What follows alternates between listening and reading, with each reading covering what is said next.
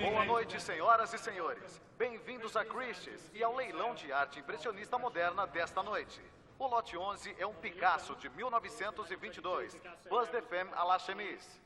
Um quadro de Picasso, tirado da parede de um museu alemão em 1937, agora reaparece em um leilão em Nova York. 4 milhões e 900 mil, 5 milhões de dólares, 5 milhões, 6 milhões, 6 milhões e 200 mil.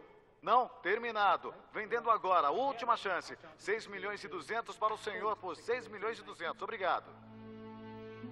Da última vez que esse quadro esteve em leilão, foi vendido por apenas 1.800 dólares, como parte de uma campanha para livrar a Alemanha da arte desprezada pelos nazistas. Adolf Hitler eliminou a arte que odiava e roubou a arte que cobiçava. Os nazistas não foram só os assassinos em massa mais sistemáticos da história, foram também os maiores ladrões. Roubaram tudo. A arte de todos os tipos era vulnerável ao plano de Hitler. Pintura, escultura, mobiliário, objetos religiosos. Sempre houve saques. Houve saques planejados por Napoleão, mas este foi realmente engenhoso. Além do saque, os nazistas lançaram uma guerra moderna que destruiu a arquitetura histórica europeia. Na luta para derrotar Hitler, os aliados tiveram de escolher entre salvar vidas ou causar ainda mais danos. Há uma discussão antiga. O que vale mais, uma obra de arte ou uma vida humana? Hoje, mesmo após mais de 60 anos, a arte perdida ainda é encontrada. Danos de batalha ainda são restaurados e obras de arte roubadas são objeto de disputas acirradas. Tudo isso é resultado de negócios inacabados da maior guerra da história.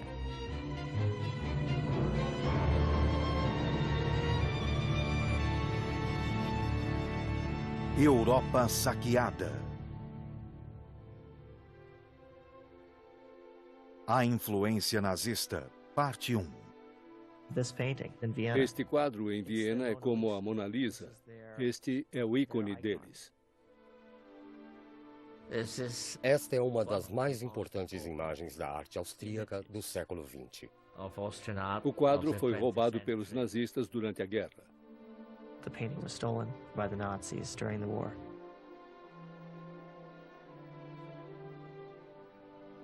Hoje, o destino de O Retrato de Adele Bloch-Bauer, de Gustav Klimt, ainda está em jogo.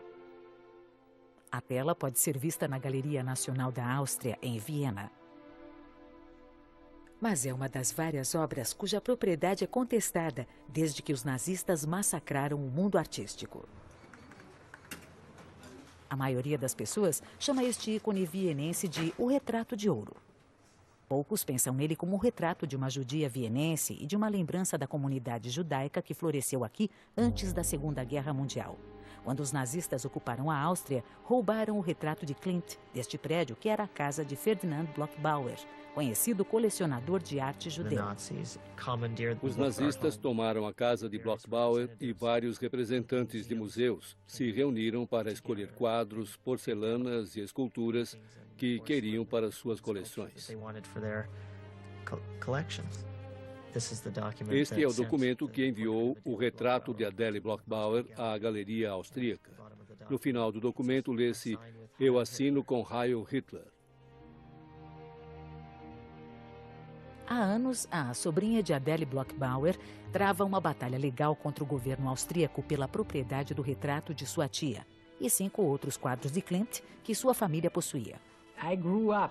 Cresci vendo os quadros. Quando as pessoas perguntam se eu me lembro deles, digo sim. Todo domingo íamos lá para o almoço e os quadros de Klimt estavam na sala de Adele. Meu tio contratou Klimt para pintar o retrato de minha tia Adele. Adele e Ferdinand Bloch-Bauer eram grandes mecenas da arte vibrante de Viena antes da guerra. Artistas de todo o mundo iam à cidade para participar da Revolução Modernista. Enquanto Klimt trabalhava no retrato de Adele, 3 jovens artistas se inscreviam nas maiores academias de arte da Áustria. Egon Schiele e Oskar Kokoschka tornaram-se pintores modernos importantes. O terceiro era um desconhecido de 18 anos chamado Adolf Hitler. Schiele e Kokoschka foram aceitos, e Hitler não. Kokoschka sempre brincou dizendo: imagine se Hitler tivesse sido aceito e eu tivesse sido rejeitado. Eu teria governado o mundo de modo bem diferente. Ele não poderia ter causado o mesmo mal sendo um pintor ruim.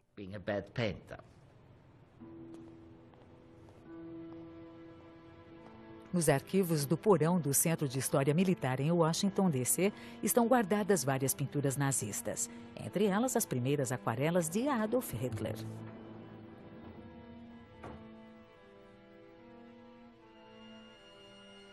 Era um pintor medíocre, não era péssimo, mas claramente sem talento. Mas julgava ter talento. Certamente via-se capaz de ser admitido na Academia de Belas Artes de Viena e se considerou rejeitado. Como vários jurados da academia eram judeus, suspeito que isso tenha alimentado seu antissemitismo. Via de regra, ele odiava o que ocorria na arte moderna como artista aspirante que era. Havia artistas judeus por perto, pelos céus. Não só isso, mas algumas daquelas figuras pareciam negros selvagens da África. Como pessoas como Node e Kandinsky podem ser exibidas? Como pode haver tanta comoção sobre elas e não deixarem que eu brilhe como artista? Isso deve ter irritado Hitler. Em um discurso de 1937, Hitler gritou: de agora em diante, iremos liderar uma guerra implacável de purificação e de extermínio contra os últimos elementos que desalojaram nossa arte. Hitler começou a limpar os museus alemães, ordenando que limpassem de suas coleções 16.000 obras de mestres modernos, como Matisse, Van Gogh e Picasso. Hitler classificou tais trabalhos de degenerados. A arte moderna foi então ridicularizada e condenada em uma exposição de enorme sucesso, Arte Degenerada, que viajou pela Alemanha. O resto da coleção de arte moderna dos museus alemães foi leiloado a preços de liquidação para beneficiar o Reich. Milhares de obras de arte removidas foram simplesmente queimadas. A Alemanha destruía suas próprias bases como líder mundial da arte moderna. Hitler escolheu o primeiro edifício para a Alemanha nazista, a Casa da Arte Alemã, em Munique. Lá, ele expunha pinturas e esculturas contemporâneas que glorificavam o Terceiro Reich. Seria um museu para a nova arte fascista, supervisionado pelo próprio Hitler.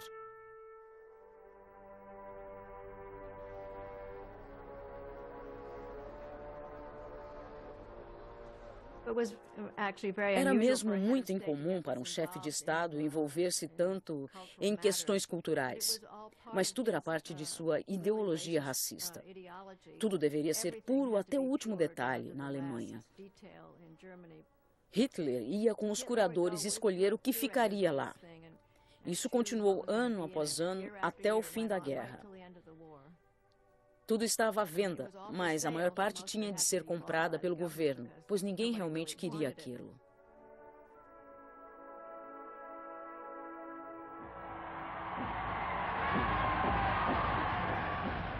Com a anexação da Áustria em 1938, saques organizados de propriedades judaicas começaram em grande escala. Até líderes de partidos alemães se surpreenderam pelo fervor antissemita de nazistas austríacos. Os austríacos agora falam em serem vítimas. Eles nunca foram vítimas. É claro, havia alguns contra isso, mas não no geral.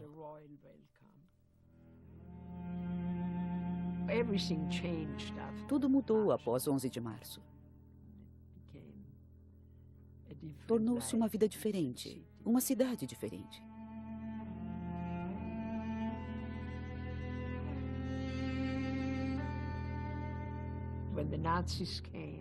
Quando os nazistas vieram, eles nos atiraram para fora do apartamento. E o homem da Gestapo tomou o apartamento para si mesmo.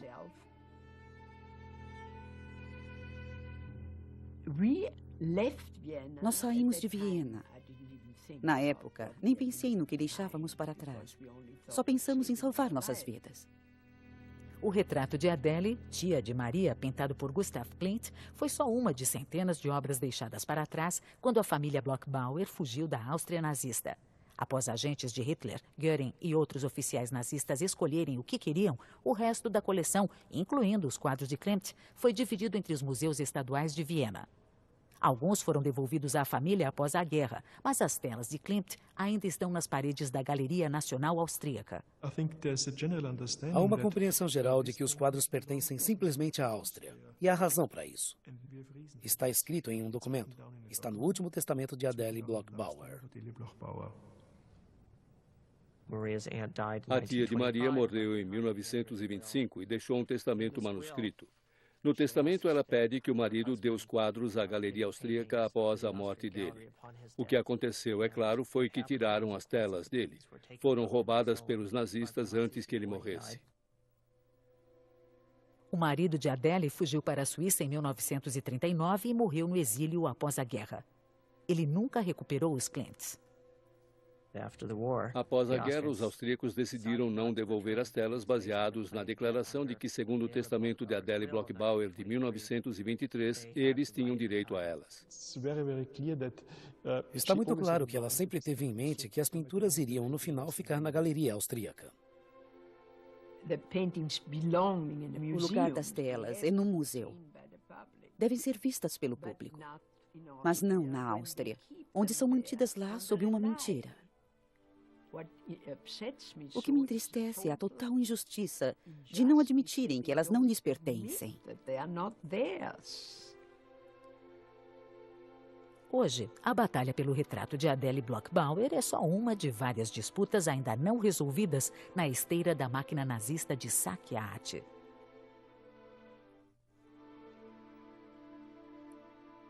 Linz, Áustria. A cidade natal provinciana de Hitler seria a sede do enorme Museu do Führer. Hitler planejava transformar Linz na capital cultural da Europa. Começando por esboços que desenhara na juventude, mandou seus arquitetos prepararem planos secretos para fazer da pequena cidade industrial uma grande cidade imperial.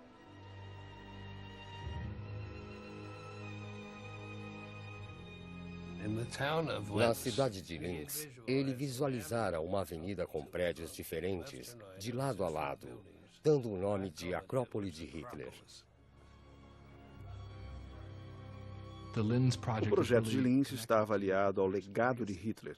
Haveria uma casa de ópera, um teatro sinfônico, uma grande biblioteca. Também haveria um mausoléu com seu túmulo.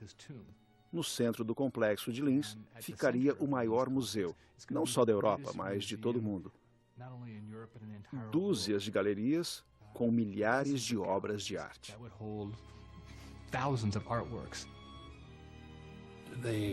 A coleção era para o Estado. Hitler pensava que o Reich deveria ter uma grande coleção de arte pelo prestígio. E isso seria uma escala enorme. Ele estava preparado para comprar as obras de arte, é claro, mas não tinha remorso em roubá-las.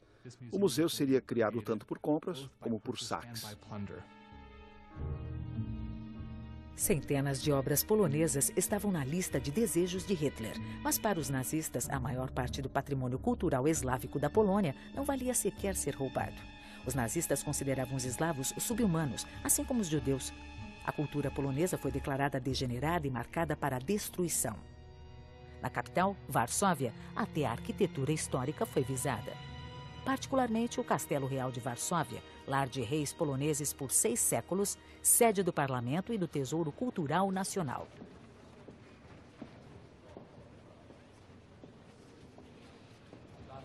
Há espelhos enormes aqui.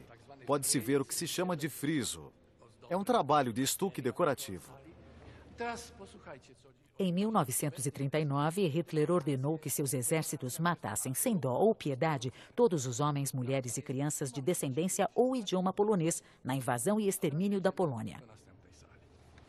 Fiquem certos de que tudo isto é uma reconstrução. As primeiras bombas caíram aqui, destruindo esta sala.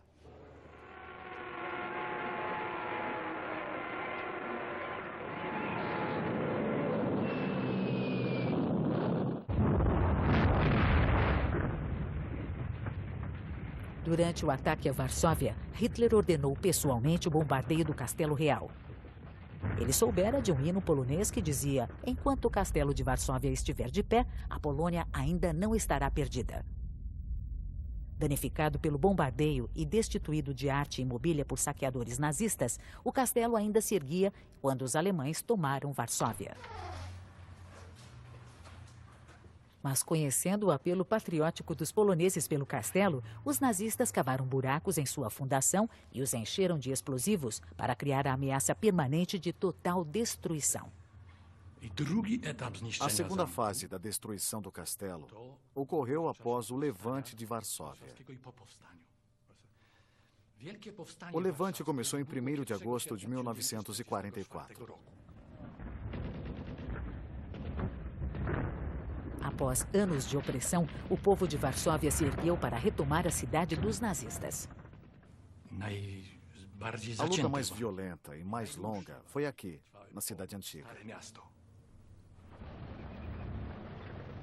Os alemães esmagaram o Levante, matando mais de 200 mil poloneses. E os nazistas consumaram sua ameaça. A carga de dinamite colocada 4 anos antes foi detonada, destruindo totalmente o castelo de Varsóvia.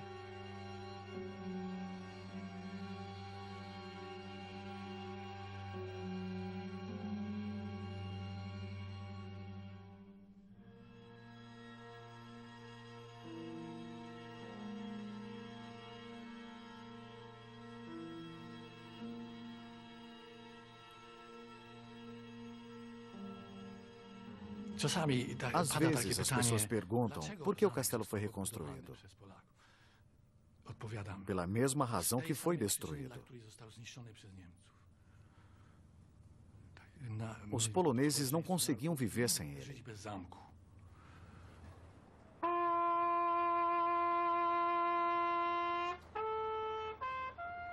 Cracóvia, Polônia. Na Cracóvia, o centro da cidade antiga foi preservado. A cidade era o lar das obras de arte mais cobiçadas pelos nazistas. Aqui começaria realmente o saque sistemático.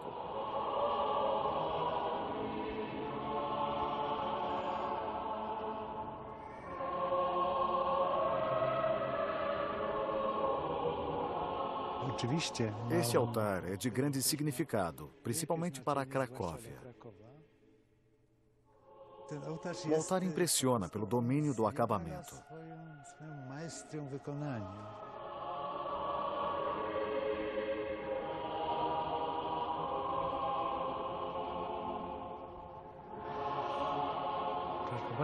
Veja as figuras, o movimento das roupas, os rostos diferentes.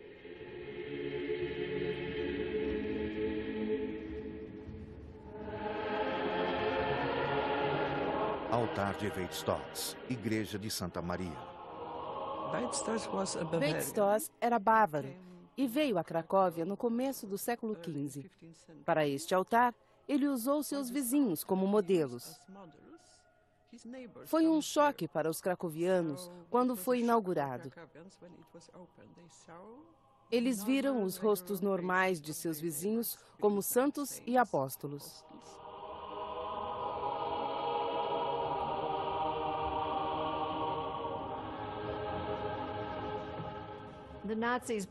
Os nazistas acreditavam que todas as obras de arte alemãs deveriam voltar à terra-mãe. Entre elas havia o altar de Weizstoss. Não importava ter sido encomendado para a igreja pelo rei da Polônia. O importante é que fora feito por um artista alemão e, portanto, não poderia estar nas mãos de uma raça estrangeira, que eram os eslavos. Os poloneses desmontaram o altar de 13 metros e suas imagens em tamanho natural. Desmontado, foi escondido no interior, mas semanas após a invasão, os nazistas encontraram as peças e as enviaram a Berlim. Foi uma grande perda para os cracovianos. Estavam tão acostumados à presença do altar aqui que não conseguiam rezar sem ele. Enquanto isso, os ladrões de arte nazistas estavam ocupados, saqueando centenas de outras obras-primas polonesas. Foram compiladas em um catálogo elaborado somente para os olhos de Adolf Hitler. No topo da lista estavam Senhora com Arminho, de Leonardo da Vinci, Paisagem com o Bom Samaritano, de Rembrandt, e Retrato de um Jovem, de Rafael. As 3 telas inestimáveis estavam em um pequeno museu particular na Cracóvia, em posse de uma família nobre, os Czartoryskis. Logo antes da guerra, eles enfrentaram uma decisão difícil, como seria para qualquer um com uma coleção desse calibre. Poderiam escondê-las ali ou evacuá-las. Ambas as escolhas eram muito ruins.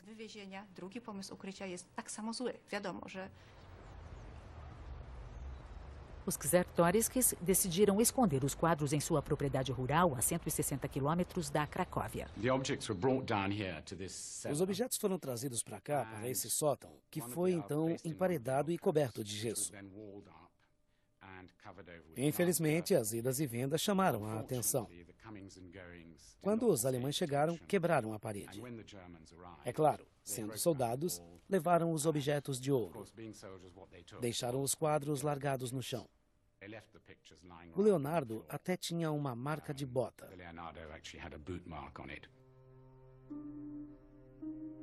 Os 3 quadros iriam para o Museu de Hitler em Linz, mas o novo governo nazista da Polônia os manteve em apartamentos particulares na Cracóvia. Após o fim da guerra, o Leonardo e o Rembrandt foram devolvidos pelos aliados ao Museu Czartoryski, na Cracóvia. O Rafael nunca foi achado. Se esse Rafael fosse vendido em leilão hoje, seria por $100 milhões, com certeza. Tem uma qualidade estranha de fascínio, por isso, suspeito que ainda esteja em algum lugar. O item mais importante em nosso banco de dados é o retrato de um jovem de Rafael.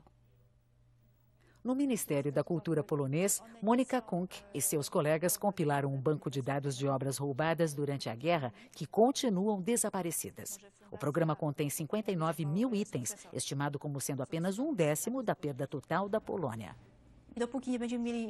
Até recebermos informação confiável, só poderemos distribuir fotos do quadro e então esperar. Podemos esperar, talvez, por mais uma geração, até que a pessoa que tomou parte no roubo morra e seus filhos, seus herdeiros, não saibam de onde veio o quadro e decidam vendê-lo. Então, a tela talvez veja a luz do dia. Tudo o que podemos fazer é esperar.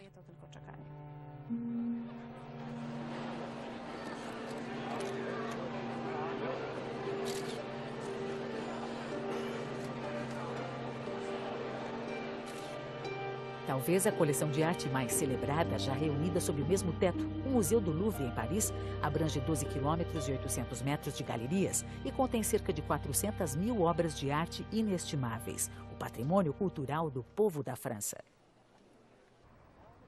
Quando a Alemanha conquistou a Polônia, os franceses temeram que Paris fosse o próximo alvo dos bombardeios da Luftwaffe. E no coração da cidade havia o Louvre.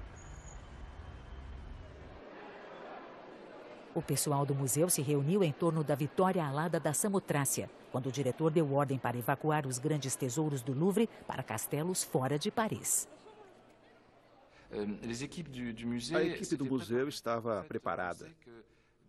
Havia feito treinos de evacuação em 1938, tentando imaginar como funcionaria uma evacuação durante a guerra. Horas após o plano de evacuação ser anunciado, o Louvre se tornou um enorme pátio de embalagem. Vários funcionários foram chamados ao front. Voluntários foram recrutados em toda a cidade para ajudar a embalar as peças, desde secretárias a balconistas e motoristas de caminhão.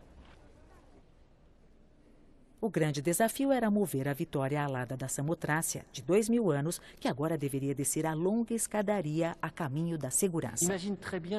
Eu posso imaginar como se sentiam ao mover essa obra. Tristeza, certamente, mas também o cuidado necessário para salvar uma das obras-primas do Louvre. A vitória alada, que parece tão sólida, na verdade é feita de centenas de peças. Descê-la pela escada sobre a qual reinava foi um trabalho terrível. Ela poderia se estilhaçar em milhares de pedaços.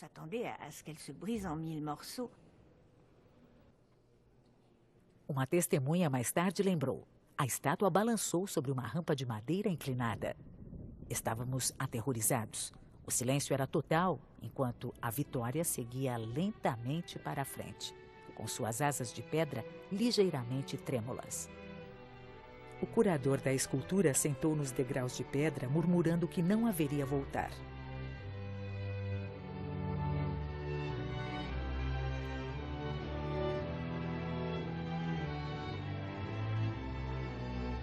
"37 comboios de 8 caminhões cada partiram do Louvre, deixando o vasto museu praticamente vazio.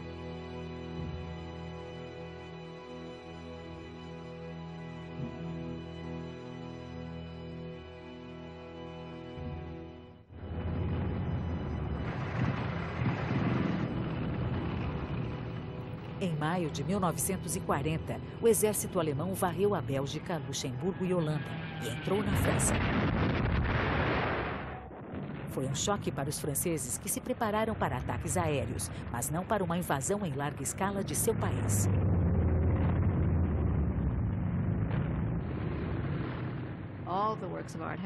Todas as obras foram transportadas em condições caóticas, junto a milhões de refugiados que estavam na estrada.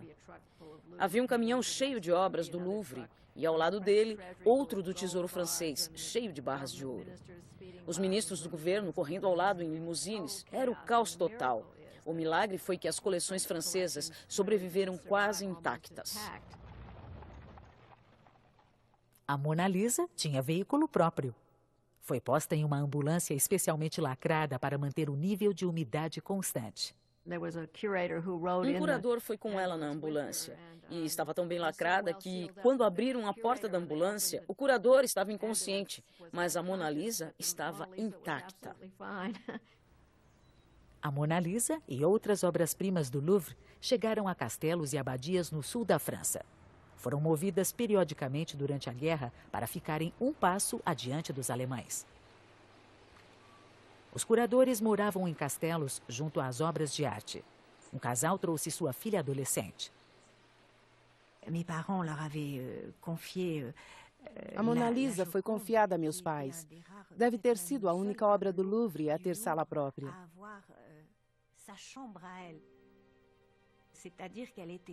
Em outras palavras, estava em uma bonita caixa de madeira.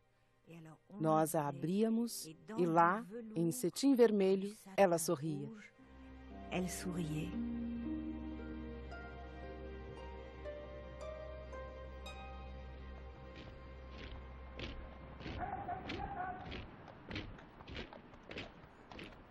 Seis semanas após o início da invasão, a França capitulou.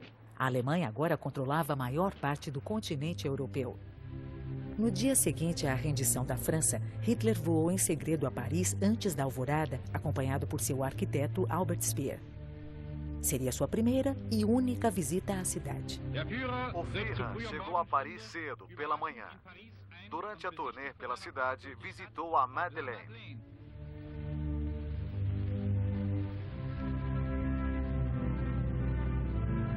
O Arco do Triunfo.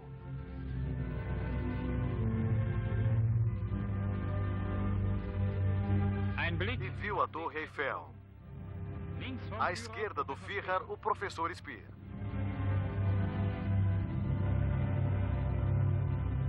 Hitler comentou com Speer: ver Paris era o sonho de minha vida. Não sei dizer o quanto estou feliz por realizar esse sonho hoje. Hitler disse a Speer que sempre considerou destruir Paris. Com isso, ordenou a seu arquiteto que retomasse o trabalho nos planos grandiosos para reconstruir Berlim. Quando estavam completos, disse: Paris será só uma sombra. Por que devemos destruí-la?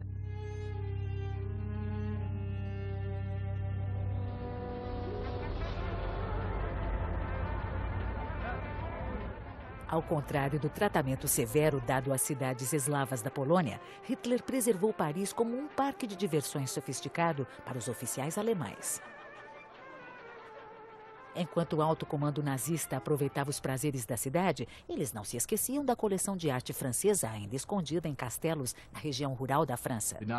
As autoridades nazistas sabiam que as obras desejadas de sua lista estavam em castelos, mas evitaram tomar as obras de coleções do Estado. Os alemães não queriam antagonizar com os franceses ou incitar uma rebelião aberta. Eles não tinham recursos para controlar cada canto da França na época. Então a tomada da França foi mais gradual. Primeiro roubaram dos judeus. Mais tarde adquiriram as obras que queriam de coleções do Estado francês. Haviam várias coleções judaicas notáveis na França.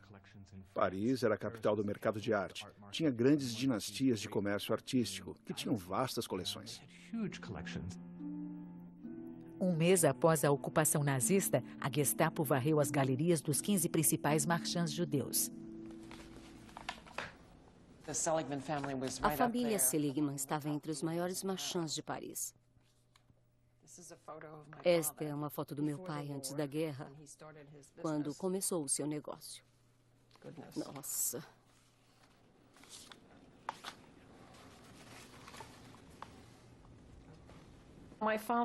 Meu pai se especializou nos antigos mestres. Göring visitou a galeria em 1938, antes da guerra. Meu pai o expulsou da galeria porque sabia quem ele era e o que ele queria fazer.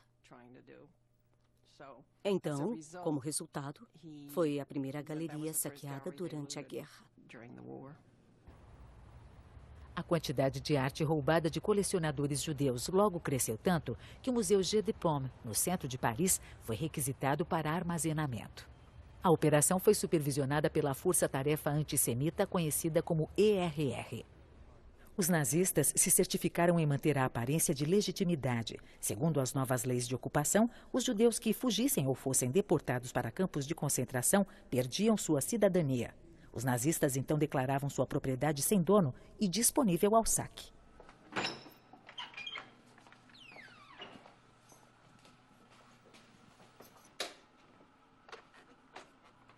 Nos arquivos do Museu Nacional da França, há um volume de notas manuscritas que traça a jornada de 16 mil quadros roubados de parisienses judeus durante a guerra.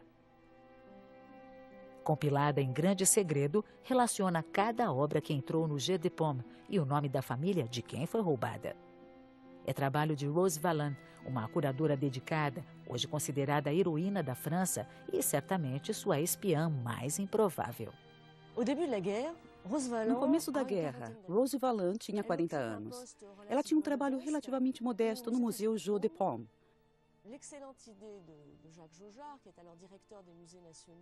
A ideia do diretor do Louvre era garantir que Rose ficasse naquele museu.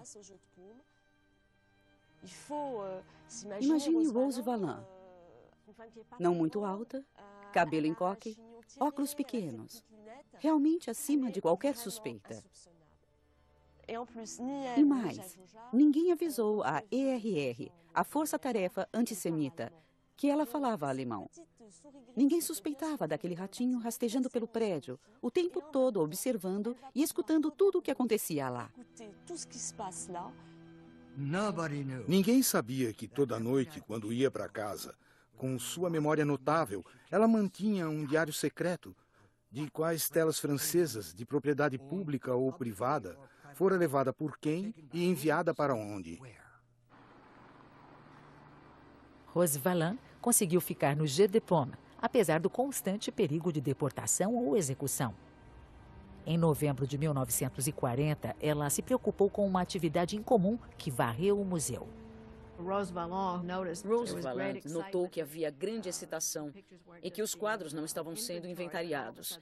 De repente foram pendurados nas paredes e parecia haver uma festa ou vernissagem de algum tipo.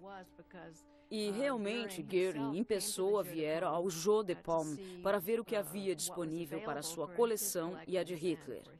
Ele, é claro, era esperto bastante para saber que grandes obras, como o Astrônomo de Vermeer, que fora confiscada dos Rothschilds, deveriam ir para o Führer, para o Museu de Linz.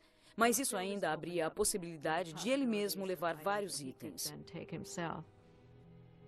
Nos anos seguintes, Göring visitaria o Jeu de Paume 20 vezes, levando mais de 700 obras de arte para si. Hermann Göring passou muito tempo em Paris. Às vezes havia uma desconexão. Com a Batalha da Bretanha em andamento e Göring supervisionando a Luftwaffe em seu momento crítico, quando em intervalos em Paris, Göring visitava marchands, restaurantes, boates, bebia champanhe e comia ostras. Os itens que Göring saqueava em suas viagens turísticas a Paris, Holanda e Bélgica eram enviados de trem até a porta de seu suntuoso palácio de caça, Karenhall.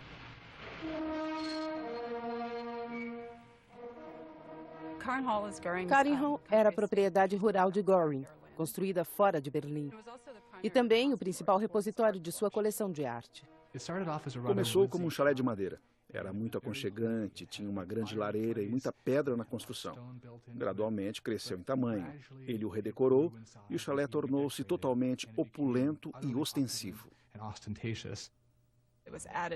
Foram feitas adições e havia galerias enormes. Vastos corredores com mármore, tapeçarias, tapetes, quadros e esculturas. Estamos falando de uma coleção que só em pinturas possuía talvez 1.700 itens. Em comparação, é mais que a coleção de quadros da Galeria Nacional Europeia de Arte. A historiadora Nancy Yeads está tentando compilar o primeiro inventário completo da coleção de arte de Hermann Göring. Um de seus objetivos é localizar quadros saqueados por Göring que se perderam após a guerra, incluindo uma pequena pintura de François Boucher, roubada de André Seligman em Paris. Procurávamos esse Boucher e ficamos surpresos em achar uma imagem no site do Museu de Belas Artes de Utah que combinava com o Boucher perdido de Seligman. O Museu de Utah não tinha ideia de que era um quadro confiscado e não restituído.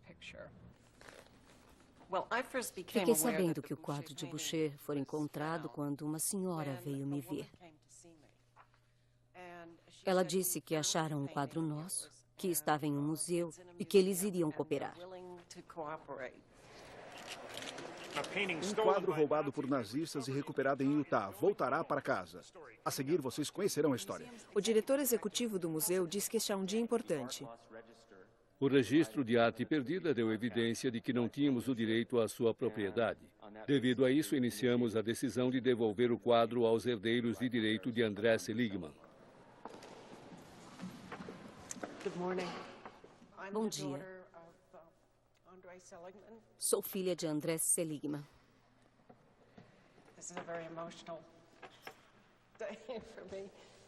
É um dia muito emocionante para mim. Estamos animados por receber o quadro do museu. Eles foram muito, só posso usar a palavra, adoráveis quanto a isso. Prontas? 1, 2, 3. Meu pai gostaria que eu tivesse o quadro. E é uma pena ele não ter vivido para ver isto ocorrer. Eu fiquei um pouco triste quando comecei a pensar em devolver o quadro. Foi parte importante de nossas exposições permanentes. Mas também vi a grande responsabilidade moral. Não podemos reparar os milhões de vidas que foram tiradas, mas podemos fazer algo simples. Devolver algo roubado e conferir um pouco de humanidade a todos nós. Na Paris ocupada, trens carregados de arte roubada continuam a partir para a Alemanha. Mais de 22 mil itens seriam enviados ao Reich. Mas o roubo de arte era só o começo. Agora, a ERR começava um projeto novo e mais radical. A partir de março de 1942, a ERR decidiu passar a operação de mobiliário, a Mobile Action, que foi a total pilhagem de apartamentos deixados por judeus da Europa Ocidental. A União de Empresas de Mudanças de Paris foi obrigada a fornecer 150 caminhões e 1.200 operários por dia para ajudar a realizar a operação. Esse saque foi como nada jamais visto. Foi total e levou objetos de valor. E também objetos que não tinham valor. A meta era material, mas também pretendia apagar um povo e sua memória.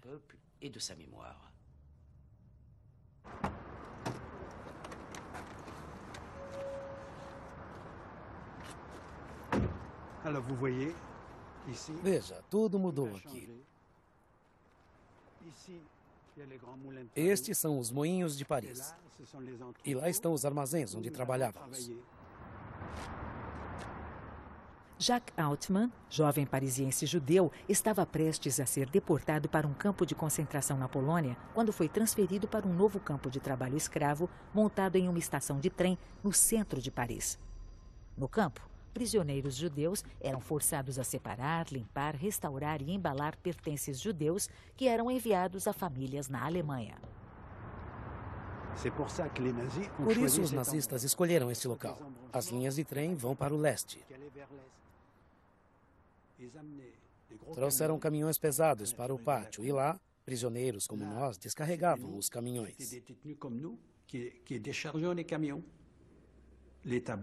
Quadros eram separados. Havia especialistas em arte entre nós que os separavam.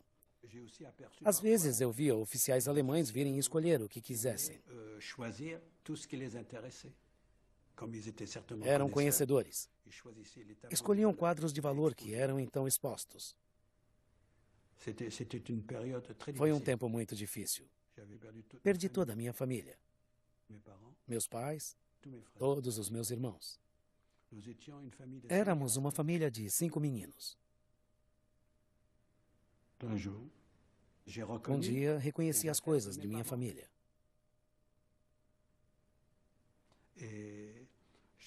Eu vi fotos, nossos móveis. Fiquei em choque.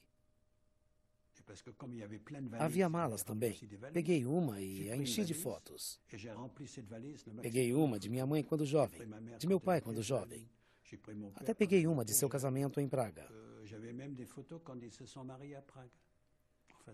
Mas não as tenho mais. Quando fui deportado para Birkenau, tivemos de deixar tudo para trás. Tudo foi destruído. Perdi todas as minhas lembranças de família.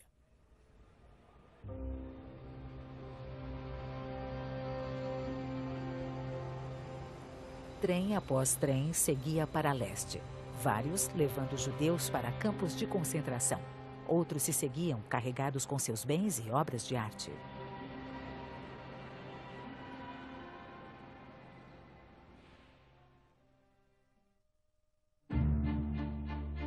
Los Angeles, 2006. 60 anos após a guerra, uma junta de juízes austríacos entregou a Maria Altman e sua família as 5 pinturas de Gustav Klimt, incluindo o retrato de sua tia. A influência nazista, parte 2. No verão de 1941, Hitler tinha a Europa Ocidental sob firme controle. Agora, ele olhava para o leste, para expandir ainda mais o Império Nazista. Em um ataque surpresa à União Soviética, Hitler desviou milhões de soldados de suas tropas para um novo fronte de 3.200 quilômetros. A União Soviética era um alvo, assim como a Polônia. Era primariamente uma nação eslava. Na verdade, estava sujeita a um tratamento ainda mais duro, pois era comunista. Hitler ordenou que seus generais travassem uma guerra de aniquilação. Foi uma campanha terrestre de fogo que atingiu o coração da arte e da cultura soviética. Quando a notícia da invasão chegou ao Museu Hermitage, oficiais soviéticos tiraram os visitantes das galerias lotadas e começaram a evacuar freneticamente a imensa coleção. Não estamos acostumados a guerras, mas sabemos como nos comportar. O Hermitage foi evacuado durante a Primeira Guerra Mundial. A propósito, também foi evacuado durante a guerra com a França no século XIX. Então, quando os alemães invadiram na Segunda Grande Guerra, o Hermitage estava preparado para a evacuação. Comparado ao Louvre, em Paris, o Hermitage tinha 4 vezes mais objetos a serem retirados. As vastas coleções dos czares russos incluíam tudo, de quadros e móveis a porcelanas e antiguidades. A retirada começou atrasada, mas as noites claras do verão de Leningrado ajudaram os soviéticos a ganhar tempo, pois o trabalho podia atravessar a noite.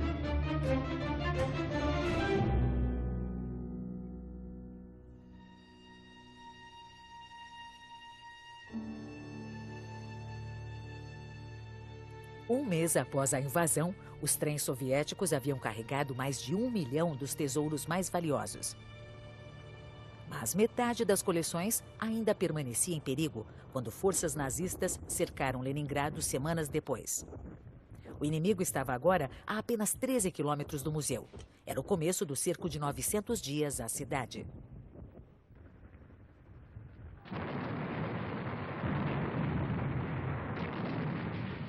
Nos primeiros 2 meses do cerco, os nazistas detonaram mais de 12 mil granadas e soltaram mais de 60 mil bombas sobre Leningrado.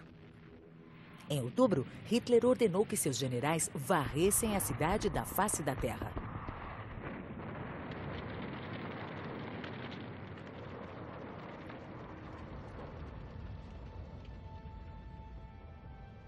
A equipe do Hermitage e a comunidade artística da cidade abrigaram-se na rede de porões sob o museu. Durante o primeiro inverno do cerco, 2.000 pessoas habitaram este congelado mundo subterrâneo.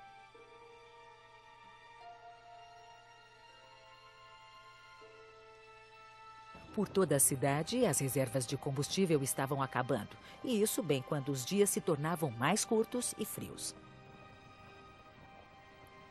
A fome se instalou. Durante novembro e dezembro de 1941, 70 mil pessoas morreram.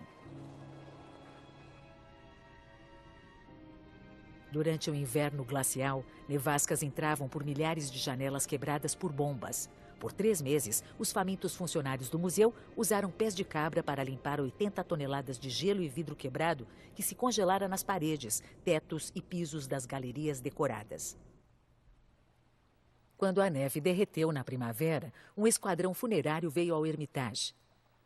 De um necrotério improvisado no porão, removeram 46 cadáveres que ficaram congelados no inverno. Os mortos foram levados a um terreno na periferia da cidade que se tornaria, nos 2 anos seguintes, uma vala comum para 500 mil de russos, vítimas do cerco. Da França à União Soviética, toda a Europa estava sob ataque. Notícias alarmantes sobre roubo e destruição por parte dos nazistas chegavam a profissionais de arte de um novo museu, longe do Hermitage. Galeria Nacional de Arte, concluída pelo presidente Roosevelt. To accept this work today is to assert the purpose of the people of America, that the freedom of the human spirit, which has produced the world's great art, shall not be utterly destroyed. Da Galeria Nacional de Arte, em Washington, um grupo de oficiais de museus e acadêmicos conhecidos como a Comissão Roberts alertou o presidente Roosevelt sobre o grave problema enfrentado pelos exércitos aliados, que era como salvar a Europa sem destruir ainda mais seus edifícios históricos e tesouros culturais. A maior preocupação eram prédios e monumentos, pois era a Primeira Guerra em que o bombardeio era o maior problema. Todos viram o que acontecera na Inglaterra durante a Blitz e sabiam que, quando os exércitos invadissem, essa seria uma questão importante. A primeira invasão veio no verão de 1943, quando os Estados Unidos e seus aliados ocidentais lançaram um ataque maciço contra as forças de ocupação germânicas no sul da Itália.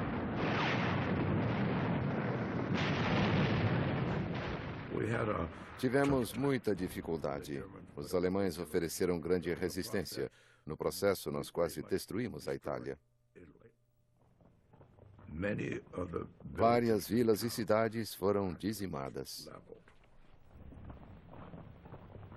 Na Itália e mais tarde em toda a Europa Ocidental, soldados endurecidos pela batalha só aumentaram o problema da destruição.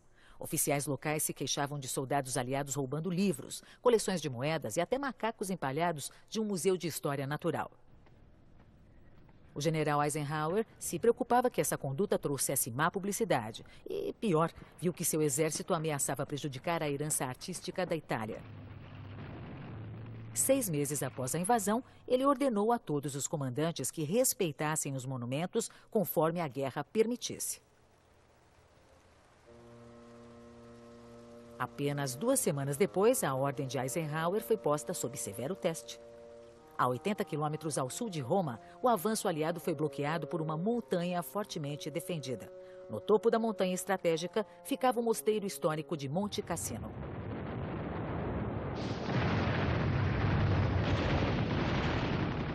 Eu não me preocupava com o mosteiro, e sim com as pessoas tentando me matar.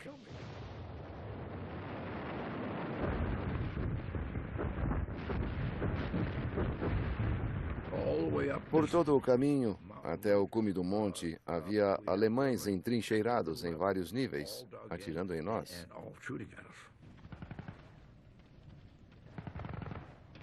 A batalha para controlar as montanhas em torno de Cassino tornou-se um impasse sangrento. Comandantes aliados que por semanas evitaram atacar diretamente o mosteiro discutiam sobre seu destino. Nos Estados Unidos e na Inglaterra, os pais protestavam, não queriam que seus filhos morressem para salvar uma construção.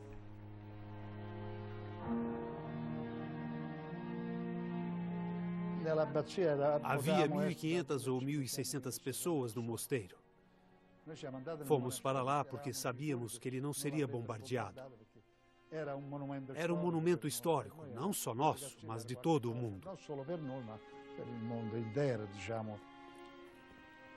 Desde 529, o mosteiro era o lar da Ordem dos Monges Beneditinos. Durante seus 1.400 anos, fora destruído por terremotos e invasores. A cada vez, o enorme complexo fora reconstruído. Mas então, os comandantes aliados, esperando expulsar os alemães da montanha de uma vez por todas, decidiram bombardeá-lo.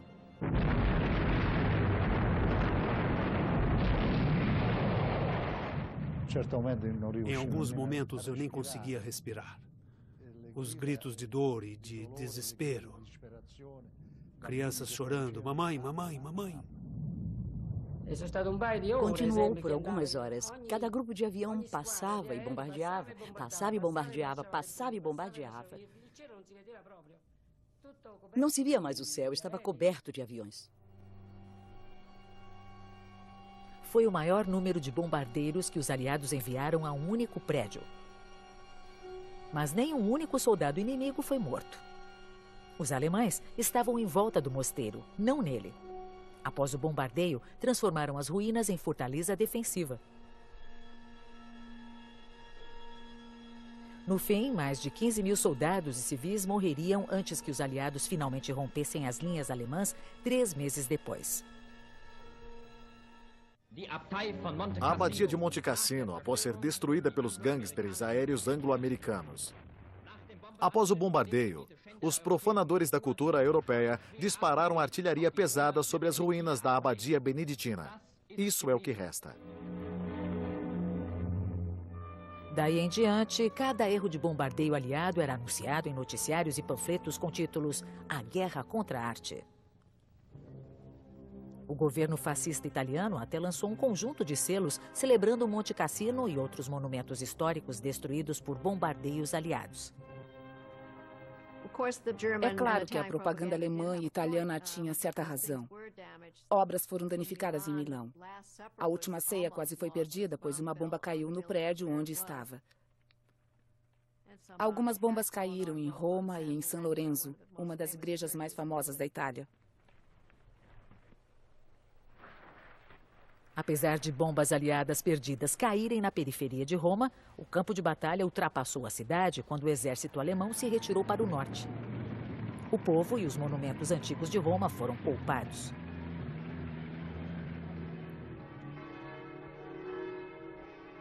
Mas, após Roma, talvez nenhuma outra cidade causasse mais preocupação que Florença, cujos museus abrigavam as maiores obras de arte da Renascença italiana.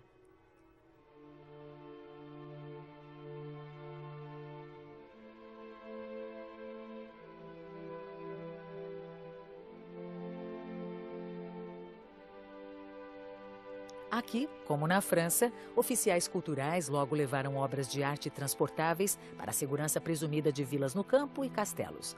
Mas a preciosa cidade em si, com pontes, palácios renascentistas, igrejas e esculturas públicas, ainda permanecia vulnerável enquanto a guerra subia pela bota da Itália.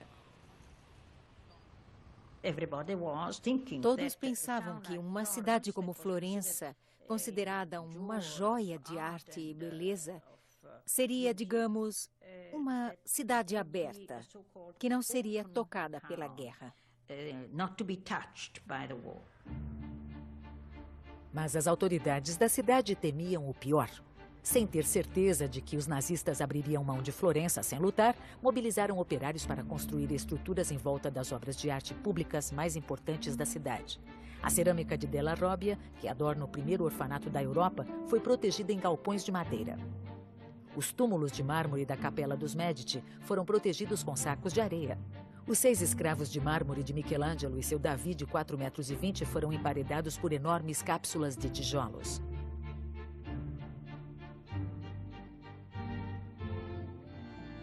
Quando os aliados começaram a bombardear a Itália, Florença foi um problema difícil, pois tinha vários monumentos extraordinários, além de ser um importante centro ferroviário. Apreensivo, o comando aliado decidiu interromper as linhas alemãs de suprimentos, enviando o melhor esquadrão aéreo para bombardear o pátio ferroviário florentino. Os conselheiros de arte, então, da Comissão Roberts, começavam a fornecer fotografias aéreas especiais que destacavam para pilotos e tripulação os monumentos importantes que não deveriam atingir.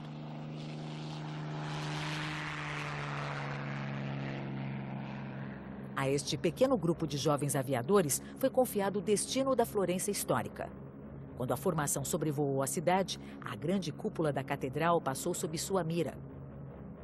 A tripulação segurou o fôlego quando toda sua carga explosiva caiu sobre uma faixa estreita de ferrovia, poupando todos os monumentos florentinos. Foi uma das mais precisas missões de guerra. A maioria de nós, da população, ficou encantada quando as bombas caíram. O que mais queríamos era sermos libertados do fascismo. Ninguém, nem mesmo a mais pesada propaganda, pôde pintar o exército americano como destruidor de obras de arte. Nunca.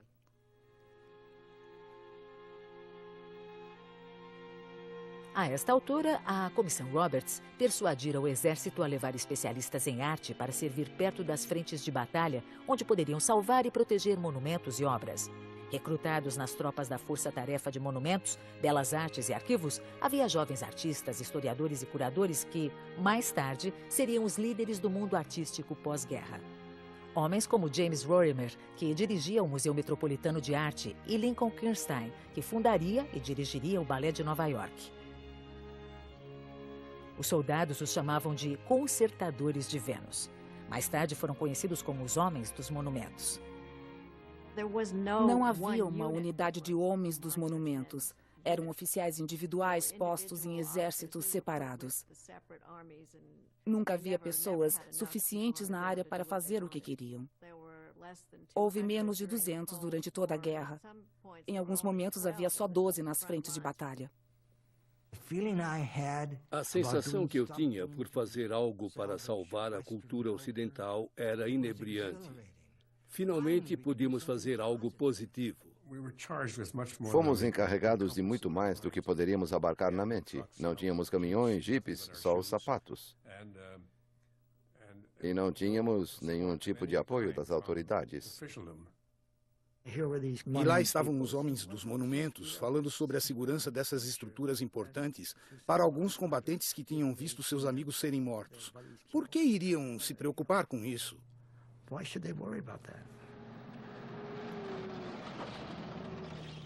No verão de 1944, a maré da guerra mudara. As forças alemãs recuavam em toda a Europa.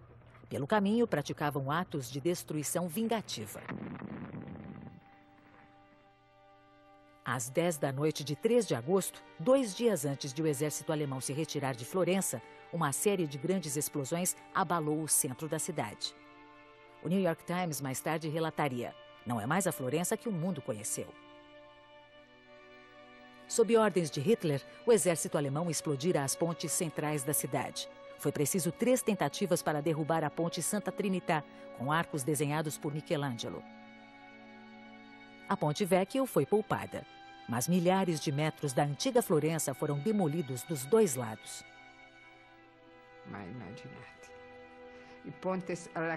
Nunca imaginei que explodiriam as pontes, até ver a bela Santa Trinità destroçada em tantos pedaços. Chorei de dor. Era uma dor real. Não foram só as pontes. Nas 2 ruas principais que vão da Ponte Vecchio até a cidade, havia torres medievais enormes e bonitas que caíram.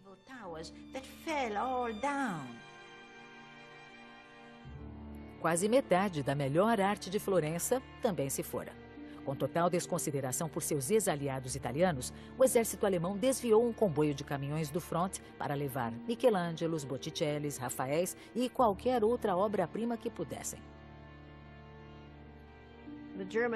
Os alemães embalaram as obras muito mal.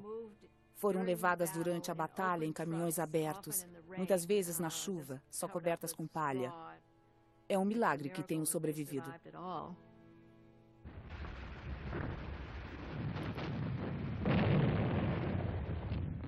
Agora, os soviéticos haviam impedido a invasão de seu país e começavam a reaver território dos alemães. Na esteira da retirada nazista, o Exército Vermelho não achou nada de valor restante nos museus das cidades recapturadas. Nos subúrbios de Leningrado, os valiosos palácios dos czares russos haviam sido saqueados e destruídos. Do Palácio de Catarina, os nazistas roubaram tudo de valor, incluindo os painéis da lendária Sala de Âmbar. Até as grandes fontes folheadas a ouro do Palácio de Pedro o Grande foram desmontadas e transportadas para a Alemanha, junto a quase 5.000 peças de mobiliário antigo e 35.000 obras de arte. Entre 20 e 30 milhões de soldados e civis soviéticos morreram na guerra. Milhares de cidades e vilas foram totalmente destruídas. Quando o Exército Vermelho empurrou os invasores de volta à Alemanha, líderes soviéticos uniram suas forças em um clamor por vingança. Quando o Exército Vermelho abriu o caminho para o Ocidente e invadiu a Alemanha, aprendeu tudo o que pôde, de infraestrutura industrial a assentos sanitários, mas também aprendeu milhões de objetos culturais. Stalin pôs especialistas em arte nas chamadas Brigadas de Troféus, para rastrear a arte russa roubada por nazistas. Mas logo estavam levando trens cheios de arte alemã e enviando-os de volta à União Soviética. Enquanto as brigadas de troféus soviéticas removiam obras de arte da Alemanha Oriental, os oficiais de monumentos aliados estavam se aproximando da Alemanha pelo Ocidente. Quando os homens dos monumentos chegaram à Alemanha, sua missão mudou totalmente. Eles pouco poderiam fazer pelos edifícios alemães, pois basicamente estavam todos destruídos.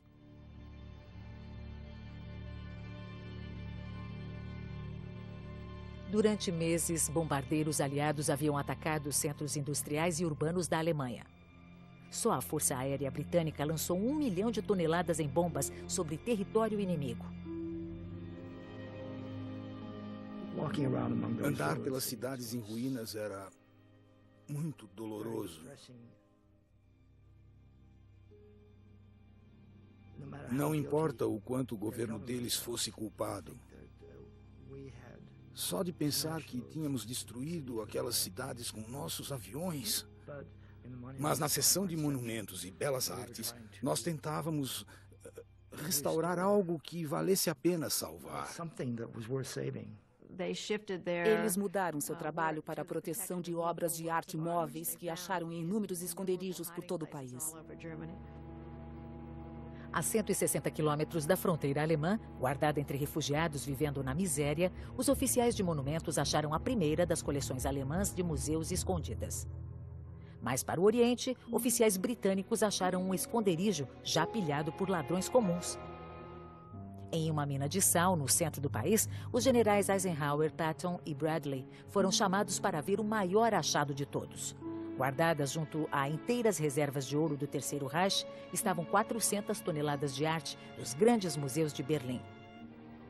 Diariamente, homens salvavam milhares de obras de arte vulneráveis que as autoridades de museus alemães haviam removido por proteção. Mas a maior descoberta das pilhagens nazistas estava por vir. Aliados capturam saque e criminosos alemães.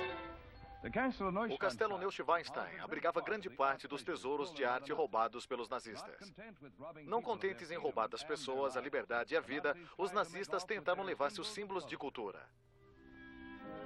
Aqui, longe das cidades arruinadas, os aliados finalmente alcançaram o primeiro de 3 impressionantes esconderijos de arte roubada. Acharam o castelo de Neuschwanstein, cheio de propriedade tirada dos Rothschilds e outros judeus eminentes de Paris. Era só uma sala após a outra, de quadros, objetos domésticos, porcelana, prataria. O número de objetos levados das vítimas na França foi medido em milhares. Eram as coisas da ERR de que Rose Valland havia avisado as pessoas. Ela tinha até, em alguns casos, recibos da empresa de transporte local que as enviou. Levamos 1 ano para esvaziar o castelo. A carga de 49 vagões de trem, tudo embalado compactamente, é muito.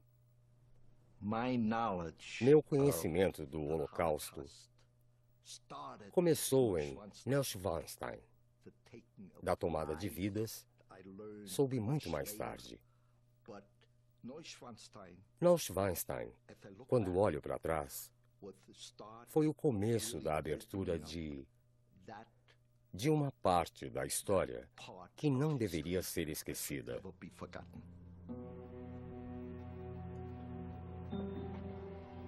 Não longe de Neuschwanstein, tropas americanas recuperaram a coleção de arte de Hermann Göring, que ele retirara de Berlim para seu refúgio na montanha. Oficiais de monumentos descobriram o trem que levara o último carregamento abandonado em um desvio ferroviário. Mas outros haviam chegado lá primeiro. A notícia se espalhou entre os camponeses de que o trem de Göring estava lá e tinha bebidas. As pessoas vieram correndo e entraram no trem pegando tudo que podiam.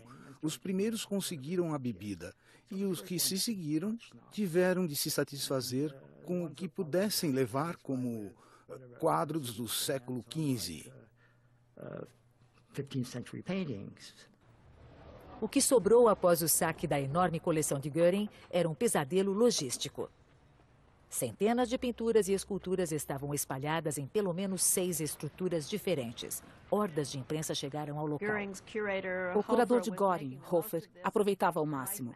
A revista Life estava lá tirando sua foto e ele dizia: "Oh, é uma coleção maravilhosa que reunimos totalmente legalizada."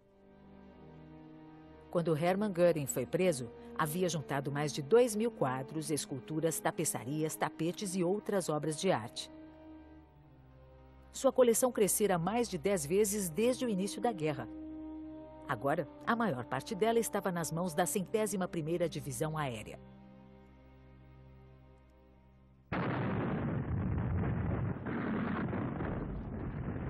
No fim de abril de 1945, o Exército Vermelho Soviético abria caminho pelas ruas de Berlim.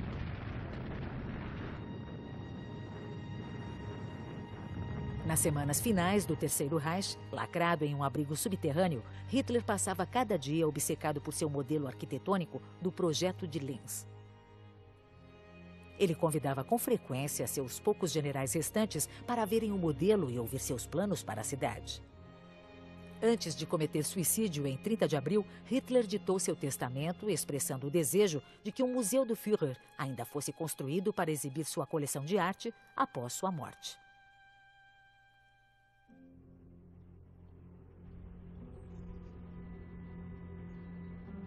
No dia em que os aliados declararam vitória na Europa, o Terceiro Exército Americano alcançara uma pequena cidade nos Alpes da Áustria.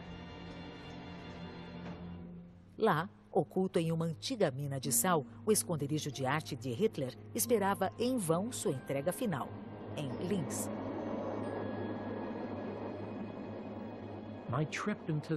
Minha viagem naquela mina me lembrou Alice seguindo o coelho pela toca até o País das Maravilhas.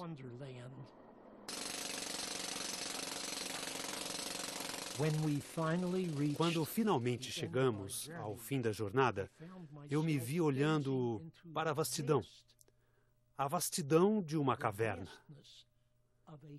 com obras de arte da altura de 2 ou 3 andares. Estava o mais frio possível. E lá estava um soldado de joelhos, olhando para... Segure o fôlego, o altar Ghent, da Bélgica. Ele é considerado o bisavô de toda a pintura flamenca. Era uma montanha cheia de arte. Entre as obras recuperadas e inventariadas pelos homens dos monumentos estava o Astrônomo, de Vermeer, da coleção Rothschild de Paris, quadros roubados da Itália pela divisão Hermann Göring e a arte levada dos judeus de Viena e outras cidades da Europa. A mina havia sido equipada com escritórios forrados de madeira, estúdios de restauração e estantes sem fim, cheias de arte em sala após sala. 6.500 quadros, mais de 3.000 desenhos e gravuras, 100 esculturas e inúmeras tapeçarias, móveis e livros.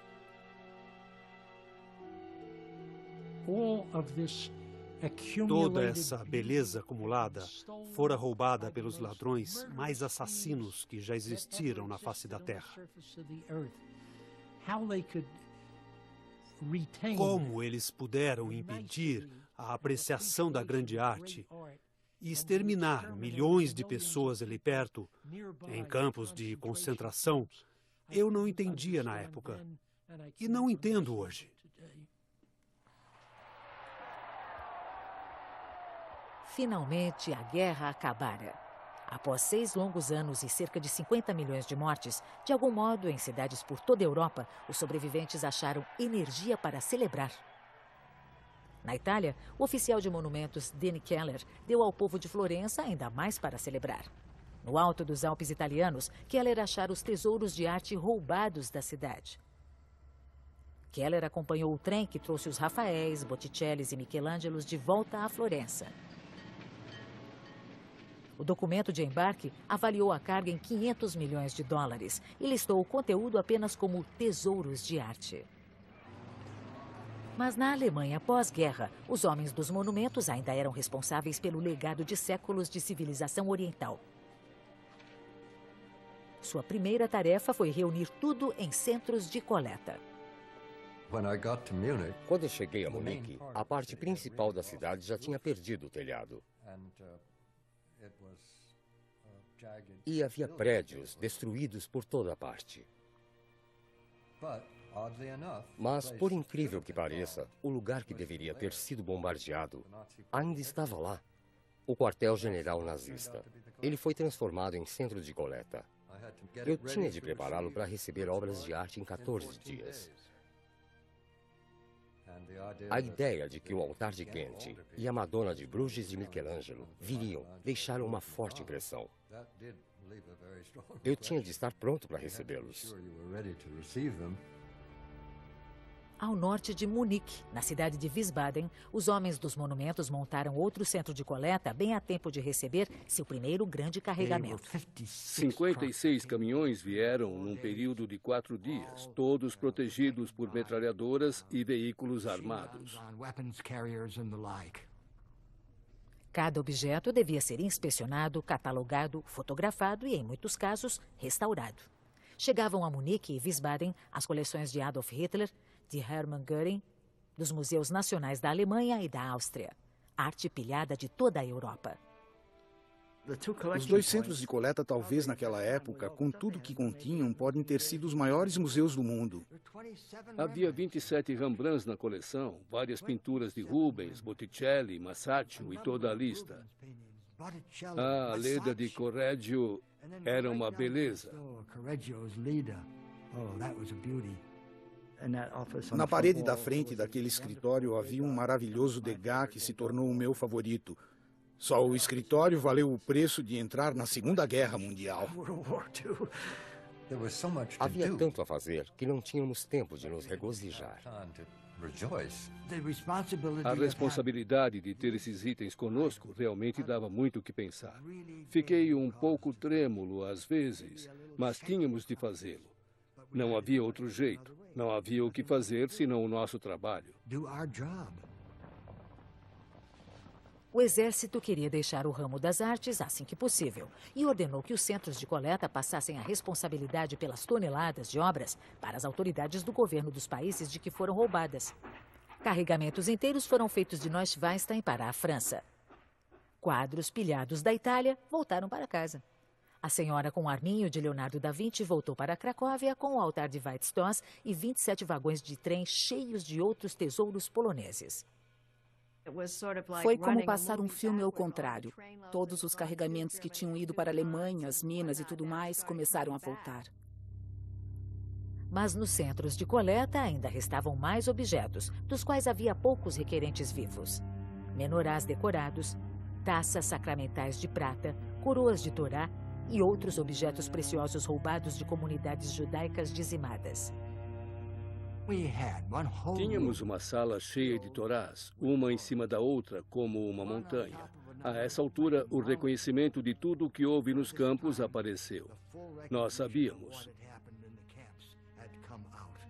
Não se podia passar por aquela sala sem tremer, pensando em todas as pessoas que morreram na rota percorrida por aquelas torás até chegar a nós. Finalmente, as torás e objetos de arte religiosa foram confiados a museus e bibliotecas judaicas em todo o mundo. Quando os centros de coleta foram fechados, em 1951, os homens dos monumentos haviam processado milhões de itens e devolvido muito do que restava da herança artística da Europa.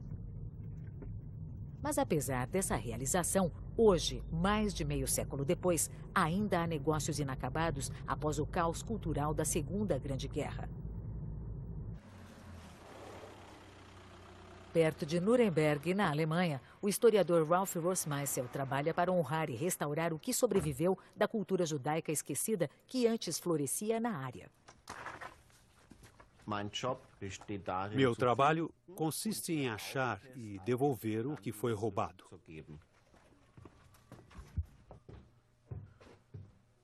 Em sinagogas abandonadas como esta, em Kromheim, Rossmeisel procura evidências da vida judaica que já houve aqui.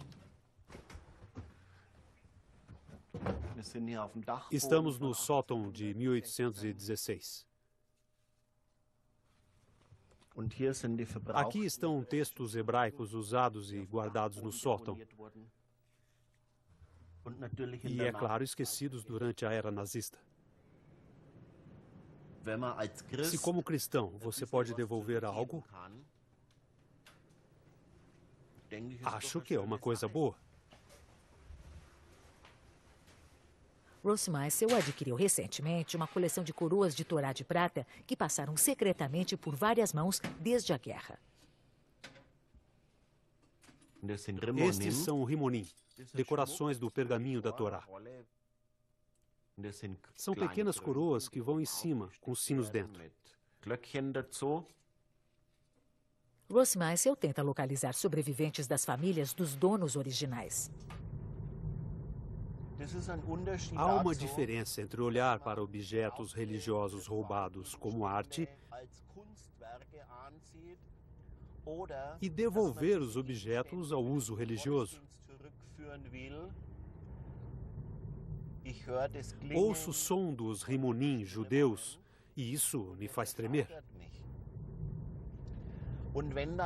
No primeiro telefonema para a bisneta da pessoa que o doou, quando segurei este objeto religioso perto do telefone e o fiz soar, fez com que ela tremesse a 10 mil quilômetros de distância.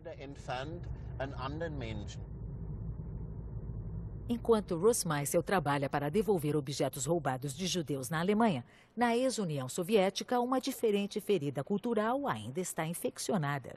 Em 1995, o Museu Hermitage revelou pela primeira vez que 74 quadros importantes levados da Alemanha pelas brigadas de troféus do Exército Vermelho estavam em sua posse. Foi a última de uma série de revelações da Rússia que chocaram o mundo artístico. Enquanto houve grande empolgação com as revelações sobre a arte troféu, também houve um elemento de acusação contra os russos e o que fizeram com esses objetos culturais. Começando em 1949, autoridades soviéticas devolveram mais de 1,5 milhão de obras de arte, na maioria a países do Bloco Oriental, como a Polônia e a Alemanha Oriental. Mas as devoluções pararam no início dos anos 60. Com a queda da União Soviética em 1991, vieram os primeiros relatos de armazéns secretos, onde milhares de obras troféus estavam ocultas do público. Críticos na Alemanha e em toda parte pediram a devolução das obras. Manter a arte como troféu é popular na Rússia. O povo realmente apoia a retenção dessa arte, mas não há base na lei internacional para isso.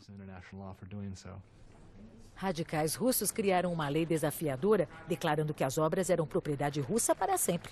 Mas um debate acirrado continua até hoje. Não esqueça que a Alemanha ajudou a começar 2 guerras mundiais. O país foi um instigador. Só Leningrado perdeu 1 milhão de cidadãos durante o cerco. Após isso, dizer que devemos devolver qualquer coisa, na minha opinião, é imoral.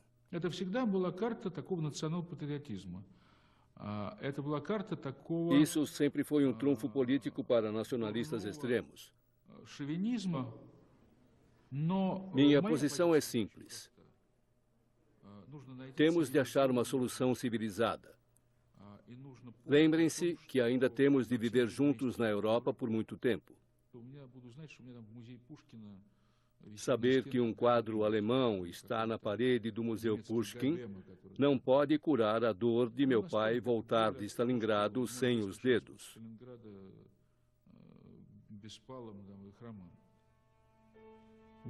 É o fim da história. Temos de achar um modo razoável de sair disto. Na Rússia, não há uma família que não tenha perdido alguém na Segunda Guerra. Essa geração ainda está conosco. Deixem-na em paz. Deixem passar 2 ou 3 gerações e depois cuidem disso. Agora, é impossível resolver esse problema sem lágrimas de sangue.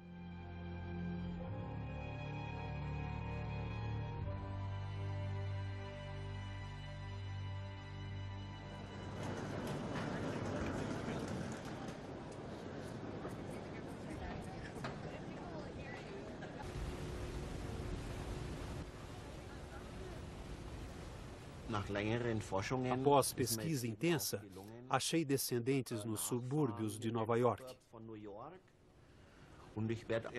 Numa pequena cerimônia, irei devolver esses objetos religiosos à família Weinschenk.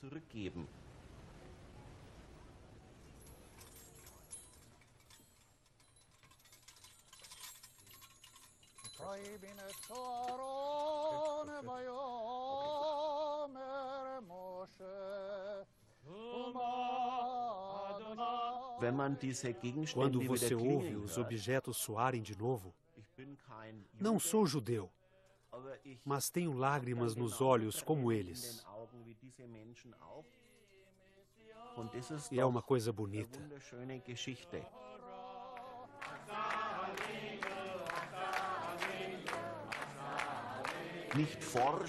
Não tem a ver com pesquisa, história da arte ou conteúdo em prata. É que a vida é criada de novo a partir disso. Isso ressoa nos corações das pessoas.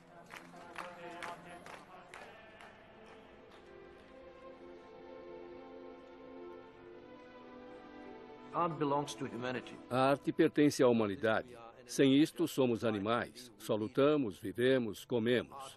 A arte é o que nos torna humanos. Como refugiados de batalha, a maior parte da arte europeia achou o caminho para casa após a guerra. E como todo soldado ou civil que sobreviveu ou morreu, cada obra de arte tem uma história a contar. Nunca antes a arte foi transportada, oculta e saqueada em tão vasta escala. Milhares de obras ainda estão desaparecidas. Várias, vítimas inocentes da guerra, nunca mais serão vistas. As outras deverão reaparecer nos anos vindouros.